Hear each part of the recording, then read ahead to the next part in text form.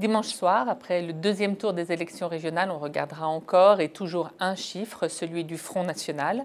Est-ce que le parti de Marine Le Pen est capable de gagner une région, ce qui ne serait pas anodin à 18 mois de l'élection présidentielle? Est-ce qu'il est capable de continuer à perturber le jeu politique? Dans cet entre-deux-tours, on l'a très bien senti, des mouvements sont à l'œuvre, à gauche comme à droite, voire des débuts de recomposition politique pendant la campagne, pendant l'entre-deux-tours, pendant le premier tour et sans doute au soir du second tour, le FN est l'élément central de cette élection régionale. L'enjeu majeur sera quel est le niveau de participation. Au premier tour, la participation, la mobilisation a surtout été forte dans l'électorat du Front National. La question est de savoir maintenant si l'électorat anti-Front National se mobilisera pour le second tour.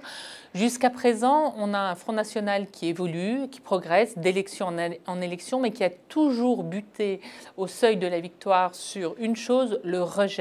Dans les sondages, 70% des gens se disent absolument hostiles au Front National. La question est de savoir si ce rejet est suffisamment fort pour pousser les gens à sortir de chez eux et à aller voter dimanche. Si ça n'était pas le cas, on aurait, comme aux élections départementales de l'année dernière, un Front National en hausse, mais qui finalement n'a aucune victoire au soir du second tour. Dans les régions où le Front National est arrivé très nettement en tête au premier tour, dans le Nord, dans l'Est et en PACA, le Parti socialiste, au moins au niveau national, a très clairement appelé au désistement de ses listes et au vote de ses électeurs pour les listes les Républicains. Et manifestement, dans les sondages, même s'il faut les prendre avec prudence, cette mobilisation du Front républicain a l'air de prendre. En revanche, dans toutes les autres régions, celles où il y a des triangulaires, et bien là, le scrutin est très incertain.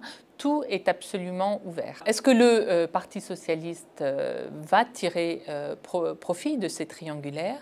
Est-ce que les Républicains, eux, vont arriver à retourner cette contre-performance qu'ils avaient eue au premier tour? Ça, ce sont les enjeux du scrutin. Et dès dimanche soir, on aura une photographie du rapport de force politique à 18 mois de la présidentielle. Une chose se dessine en tout cas très clairement dès à présent, c'est le Front National, qu'il gagne ou qu'il ne gagne pas ces élections régionales, est en train de transformer tout ça en moteur pour la présidentielle. S'il gagne une ou plusieurs régions, il en fera un tremplin pour la présidentielle en montrant qu'il sait gérer et en démontrant qu'il n'est pas la catastrophe économique que tout le monde redoute, qu'il peut diriger une grosse collectivité, CQFD, l'État aussi. S'il perd en revanche, on sent que Marine Le Pen, depuis quelques jours, est en train de construire un discours de complot en disant les Républicains, le PS se sont ligués contre nous, il y a un complot du système. Et ça aussi, dans l'état actuel du pays, ça peut être un moteur, un carburant assez fort pour la présidentielle. En tout cas, ce sont des pièges pour le Parti socialiste comme pour les Républicains.